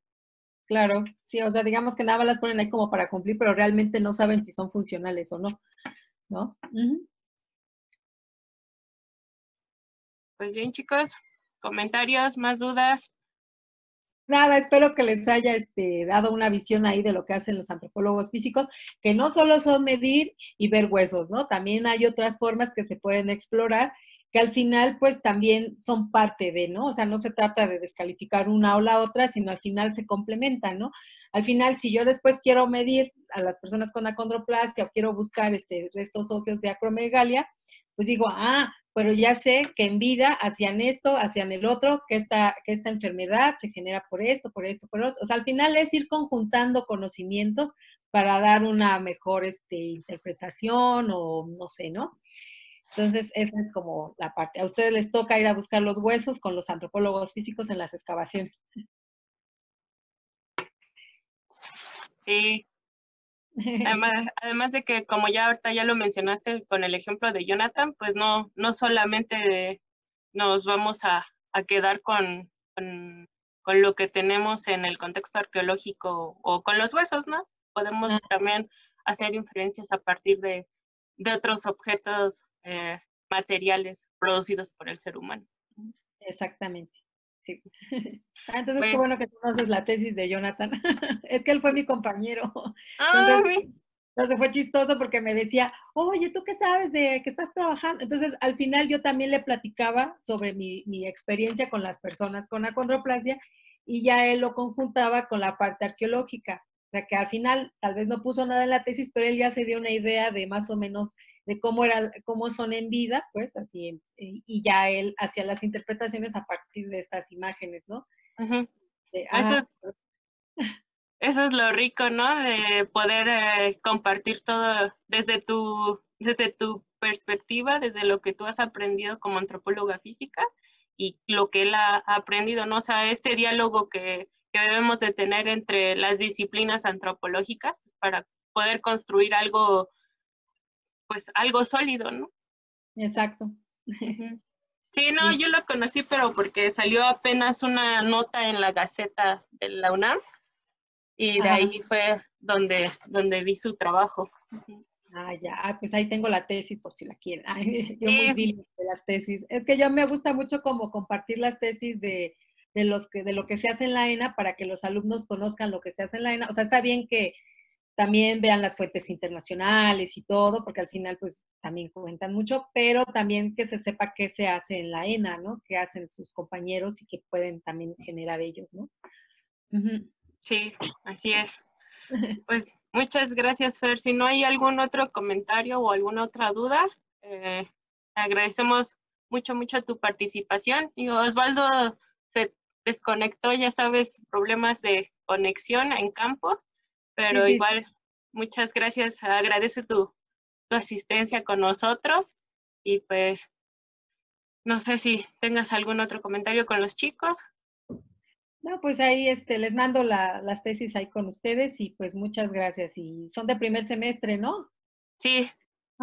Pues bienvenidos chicos al mundo de la antropología en general y van a ver que sus perspectivas y la visión de la vida se va a ampliar bastante, que después ya no van a saber qué hacer con ella. Muchas gracias. No, de qué. Muchas gracias. Gracias. Bueno. Sí. Pues muchas gracias, Fer. No, de